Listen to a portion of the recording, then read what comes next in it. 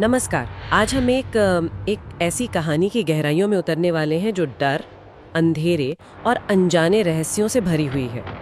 कहानी का नाम है डायन अंधेरे की वापसी। हाँ, नाम ही काफी है दिलचस्पी जगाने के लिए। डायन, हवेली, अंधेरा, ये सब चीजें मिलकर एक बहुत ही क्या कहते हैं, खौफनाक माहौल बनाती हैं। बिल्कुल। सोचिए, एक पुराना वीरान सा गांव, उसका भी एक बिल्कुल अलग थलग कोना, और वहां खड़ी है एक बदनाम हवेली।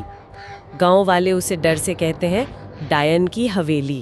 और इन हवेलियों के साथ हमेशा कहानियां जुड़ी होती हैं। हाँ, और यहाँ की कहानी ये है कि जो भी इस हवेली में रात गुजारता है, वो सुबह का सूरज नहीं देख पाता। बाप रे। जिन्होंने हिम्मत की भी, उन्होंने अजीब डरावनी चीखों, फुसफुसाहटों की बातें की। कोई कहता है दीवारों पर परछाइयां नाचती हैं। मतलब माहौल ही ऐसा है कि सुनकर ही रोंगटे खड़े हो जाएं। और देखिए, ऐसी जगहों की एक अजीब सी कशिश भी होती है ना? एक खिंचाव होता है, खासकर उन लोगों के लिए जिनमें जानने की बहुत इच्छा होती है। सही कहा। डर और जिज्ञासा का ये जो मेल है। हाँ, वही अक्सर ऐसी कहानियों को आगे बढ़ाता है। लोग जानना चाहते हैं कि आखिर उस बंद दरवाजे के पीछे है क्या, भले ही 100 बार मना किया गया हो। बिल्कुल। और हमारी कहानी की जो मुख्य पात्र है रिया, वो ठीक ऐसी ही है। उसे इन सब चीजों में, भूत प्रेत, रहस्यमयी घटनाएं, इनमें बहुत दिलचस्पी है। अच्छा। तो जाहिर है ये जो बदनाम हवेली है, ये उसे अपनी तरफ खींचती है, और उसने फैसला कर लिया है कि वो इस हवेली के राज से पर्दा उठाकर रहेगी। हिम्मत वाली है। हाँ, और इसके लिए वो पूरी रात वहां बिताने की योजना बनाती है। ये तो बहुत ही क्लासिक शुरुआत है। एक जिज्ञासु हीरो, एक शापित जगह। लेकिन देखते हैं कि ये कहानी इस शुरुआत को कहाँ ले जाती है। रिया की ये जो हिम्मत है, या शायद जिद कहें, उसे हवेली के किस अंधेरे कोने तक पहुंचाती है। हाँ, क्या वो सिर्फ सुनी सुनाई बातों का सामना करेगी या फिर कुछ ज्यादा हकीकत सामने आएगी? यही देखना है। यही सवाल हमें भी खींच रहा है। तो चलिए रिया के साथ उस हवेली में कदम रखते हैं और देखते हैं कि उस रात अंधेरे ने क्या वापसी की। तो कहानी आगे बढ़ती है। रिया हवेली पहुंचती है। वो पुरानी एकदम जर्जर सी इमारत, जिसके बारे में इतनी कहानियां सुनी थी, अब ठीक उसके सामने है। वो पली कैसा रहा होगा, डर और उत्सुकता का मिला जुला एहसास। हाँ, और जैसे वो पास पहुंचती है, एक अजीब बात होती है। हवेली का वो भारी पुराना दरवाजा, वो चरमराता हुआ अपने आप खुल जाता है। अपने आप? हाँ, अपने आप, जैसे जैसे कोई अंदर उसका इंतजार ही कर रहा हो। देखिए, पहला संकेत है। ये साफ बता रहा है कि हवेली सिर्फ पत्थर और लकड़ी की इमारत नहीं है। दरवाजे का यूं खुल जाना, ये कोई संयोग नहीं लगता। निमंत्रण जैसा, या चेतावनी? हाँ, कुछ भी हो सकता है। एक तरह का इशारा कि आप अब सामान्य दुनिया में नहीं हैं, किसी और के इलाके में कदम रख रहे हैं। यहीं से वो अलौकिक चीजें शुरू हो जाती हैं। और सिर्फ दरवाजा ही नहीं खुला, जैसे ही दरवाजा खुलता है, एक ठंडी, बिल्कुल बर्फीली हवा का झोंका रिया के चेहरे से टकराता है, जबकि बाहर का मौसम वैसा नहीं था।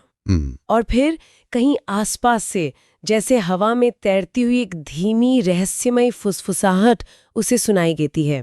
आवाज कहती है, ये मेरा घर है। ये फुसफुसाहट बहुत महत्वपूर्ण है। ये एक सीधा संवाद है ना? बिल्कुल। भले ही आवाज साफ ना हो, ये मेरा घर है, ये वाक्य अधिकार जता रहा है। हाँ, जैसे कोई अपनी सीमा बता रहा हो। बिल्कुल। ये रिया को बता रहा है कि वो किसी और के क्षेत्र में है। ये सिर्फ डराने वाली आवाज नहीं है, ये उस शक्ति का पहला दावा है जो हवेली में मौजूद है। रिया का दिल तो जोरों से धड़का होगा, जाहिर है, लेकिन उसकी जिज्ञासा शायद डर से ज्यादा मजबूत निकली। वो हिम्मत करके अंदर कदम रखती है। रखी दिया कदम। अंदर का नजारा वो बाहर से भी ज्यादा वीरान और डरावना था। बड़े बड़े कमरे, हर चीज पर धूल की मोटी परत, पुराना टूटा फूटा सा फर्नीचर, दीवारों पर मकड़ी के जाले, और हवा में एक अजीब सी सीलन और बासी गंध। माहौल का चित्रण यहाँ बहुत जरूरी है। हाँ, और सबसे भयानक चीज थी वो गहरा सन्नाटा। ऐसा सन्नाटा जो किसी चीख से भी ज्यादा डरावना लगे। सही कहा। ये सिर्फ सेटिंग नहीं है, ये माहौल किरदार की मतलब यानी कि मानसिक स्थिति पर सीधा असर डालता है। धूल, अंधेरा, सन्नाटा, ये सब मिलकर उम्मीद को कम करते हैं, डर को बढ़ाते हैं। हाँ। ऐसा लगता है जैसे हवेली खुद एक किरदार है। हाँ। जो घुसपैठिए को दबाने की कोशिश कर रही हो। रिया अभी इस माहौल को समझने की कोशिश ही कर रही थी कि एक और भयानक घटना होती है।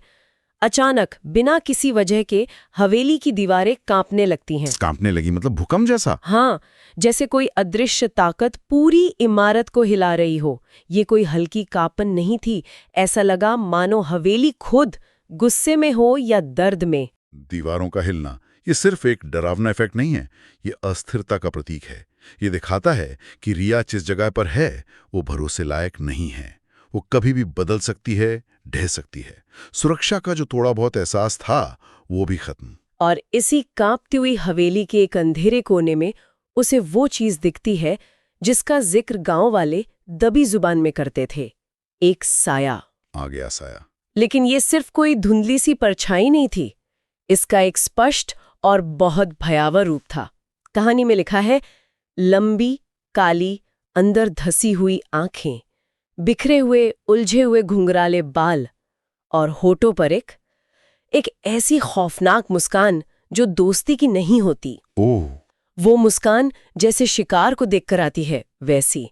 सुनकर ही रोंगटे खड़े हो गए। हाँ, ये वर्णन ये महत्वपूर्ण है। यहाँ कहानी सिर्फ एहसास और माहौल से आगे बढ़ गई है। अब सीधा टकराव है। वो साया, वो जो भी चीज है, अब भौतिक रूप में सामने है। और उसका रूप? हाँ, धसी हुई आंखें, वो खौफनाक मुस्कान, ये सिर्फ उसे डरावना नहीं बनाते, ये उसे अमानवीय दिखाते हैं, दुष्ट। ये किसी भटके हुए भूत जैसा नहीं लग रहा है, ये किसी ज्यादा गहरी, ज्यादा बुरी ताकत जैसा लग रहा है। और वो मुस्कान, वो खासकर बहुत परेशान करने वाली है।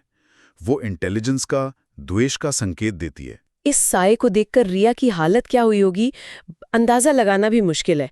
वो बुरी तरह डर गई, जाहिर है भागने की कोशिश की होगी। हाँ, कोई भी करेगा। लेकिन हवेली उसे इतनी आसानी से जाने देने वाली नहीं थी। यहाँ कहानी एक और ज्यादा मनोवैज्ञानिक मोड़ लेती है। अच्छा, कैसे? जैसे जैसे रिया भागने की कोशिश करती है, उसे लगता है भी हवेली कोई स्थिर इमारत है ही नहीं, रास्ते बदल रहे हैं। रास्ते बदल रहे हैं? हाँ, जिन गलियारों से वो आई थी वो कहीं और मुड़ जाते हैं।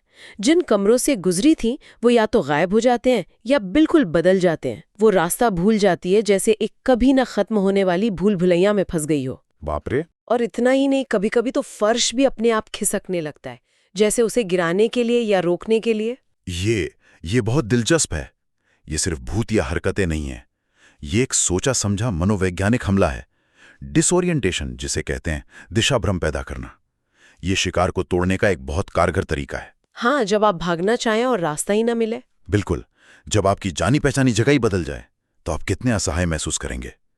ये सिर्फ बाहरी डर नहीं है, ये आपके दिमाग पर, आपकी समझ पर हमला है। हवेली रिया को सिर्फ डरा नहीं रही, वो उसे मानसिक रूप से थका रही है, उसकी हिम्मत तोड़ रही है।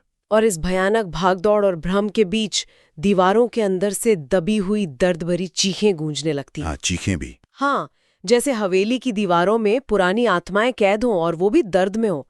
ये आवाजें रिया के डर को और ज्यादा बढ़ा देती हैं। ये चीखें, ये कहानी में एक और परत जोड़ती हैं। क्या ये सिर्फ डराने के लिए हैं, या ये हवेली के अतीत में हुई भयानक घटनाओं का संकेत हैं? क्या ये उन लोगों की चीखें हैं जो पहले यहां फंसे थे? ये रिया को ये भी एहसास करा सकती हैं कि उसका अंजाम भी यही हो सकता है। इसी भटकने और बचने की कोशिश में किसी तरह रिया हवेली की सबसे ऊपरी मंजिल पर पहुंच जाती है। शायद भागते भागते वो ऊपर की तरफ चढ़ती गई। सबसे ऊपर? वहां उसे एक छोटा सा अलग थलग सा कमरा मिलता है, जो बाकी हवेली के माहौल से थोड़ा अलग लगता है। शायद ज्यादा दबा हुआ, ज्यादा भारी।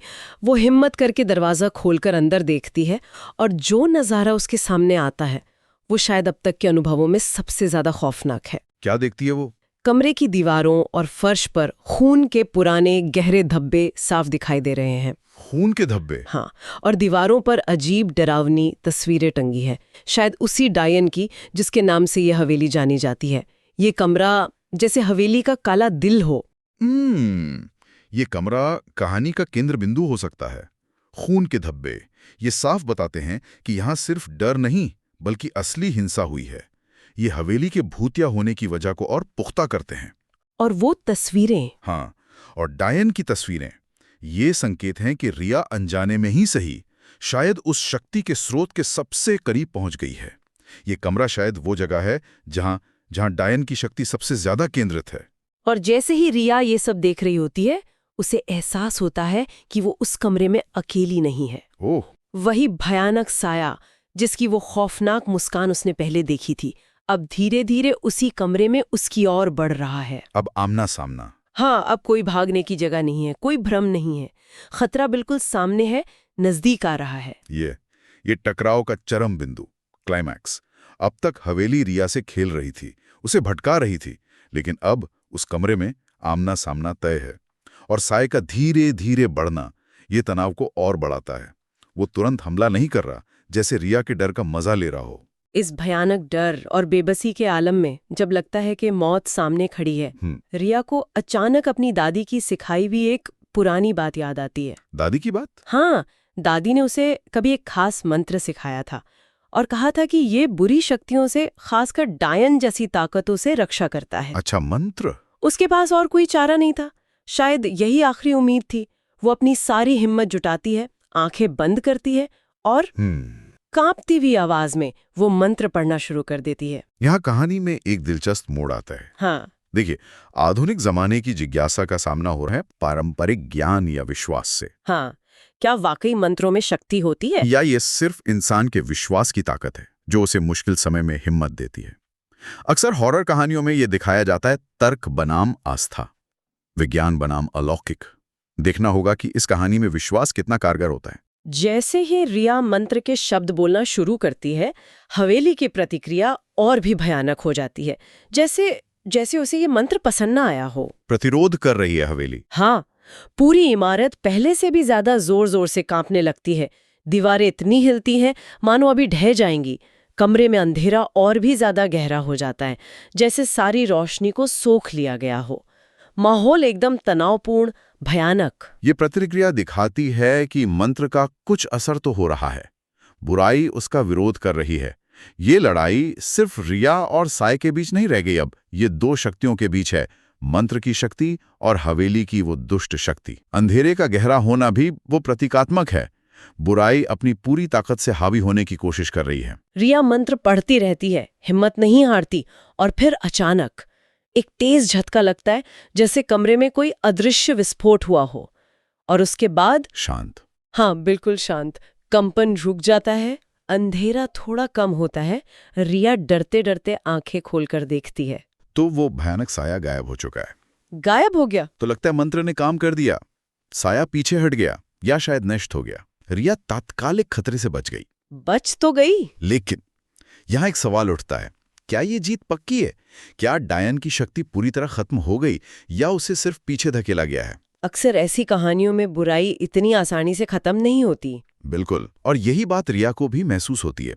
साया तो चला गया, लेकिन रिया को एक बहुत ही अजीब और परेशान करने वाला एहसास होता है। कैसा एहसास? उसे लगता है जैसे उसका कुछ हिस्सा वहीं उस हवेली में छूट गया है। कहानी में लिखा है कि उसे महसूस होता है कि अब उसकी अपनी परछाई वो हमेशा के लिए उस हवेली से जुड़ गई है। उसकी परछाई? हाँ, जैसे हवेली ने उस पर अपनी एक अमिट छाप छोड़ दी हो, एक अदृश्य बंधन बना लिया हो। ये एहसास, ये बहुत डरावना है। ये परछाई का जुड़ाव वाला हिस्सा बहुत महत्वपूर्ण है। ये शायद जीत की कीमत है। शारीरिक रूप से तो वो बच निकली, लेकिन क्या वो मानसिक या आत्मिक रूप से उस जगह से जुड़ गई हैं? क्या मतलब हो सकता है इसका? देखिए, परछाई अक्सर हमारे दूसरे स्व का या हमारे अंधेरे पक्ष का प्रतीक होती है। तो क्या इसका मतलब है कि हवेली का अंधेरा अब रिया के अंदर प्रवेश कर गया है? ये सिर्फ एक एहसास है या भविष्य के किसी और खतरे का संकेत? ये कहानी को एक ज्यादा गहरे, ज्यादा परेशान करने वाले स्तर पर ले जाता है। रात किसी तरह बीत जाती है। सुबह की पहली किरणें हवेली की खिड़कियों से अंदर आती हैं, अंधेरे को चीरती हुई। रिया थकी हारी, डरी हुई, लेकिन जीवित, हवेली से बाहर कदम रखती है। सुबह हो गई आखिर। गांव वाले उसे देखकर हैरान रह जाते हैं। कोई यकीन नहीं कर पाता कि वो उस हवेली से जिंदा वापस आ गई है। हाँ, क्योंकि किंवदंती तो यही थी कि कोई नहीं बचता। बिल्कुल, वो देखते हैं कि हवेली के दरवाजे अब बंद हैं और अंदर से कोई आवाज या हरकत नहीं हो रही। सब कुछ एकदम शांत है, जैसे रात का वो भयानक सपना खत्म हो गया हो। गांव वालों की हैरानी तो समझ आती है। रिया की उपलब्धि है, लेकिन क्या ये सच में जीत है? और हवेली का यूं शांत हो जाना, ये भी थोड़ा रहस्यमयी है। क्या वो हार मान गई हैं या सिर्फ इंतजार कर रही है? कहानी यहीं खत्म नहीं होती। रिया बच तो गई, लेकिन वो पहले जैसी नहीं रही। कहानी के आखिर में लिखा है कि उसकी आंखों में जो डर और रहस्य उसने उस रात देखा था, वो हमेशा के लिए उसकी आंखों में बस गया। वो शारीरिक रूप से वापस आ गई, लेकिन उसका एक हिस्सा शायद हमेशा के लिए उसी हवेली में रह गया। ये क्लासिक हॉरर का अंत है। नायक बच जाता है, पर एक कीमत चुकाकर। शारीरिक घाव शायद भर जाते हैं, लेकिन मानसिक और आत्मिक घाव रह जाते हैं। आंखों में डर का बस जाना ये दिखाता है कि वो अनुभव अब उसकी पहचान का हिस्सा बन गया है। ये सिर्फ एक बुरी याद नहीं, ये एक स्थायी बदलाव है। और वो परछाई वाली बात?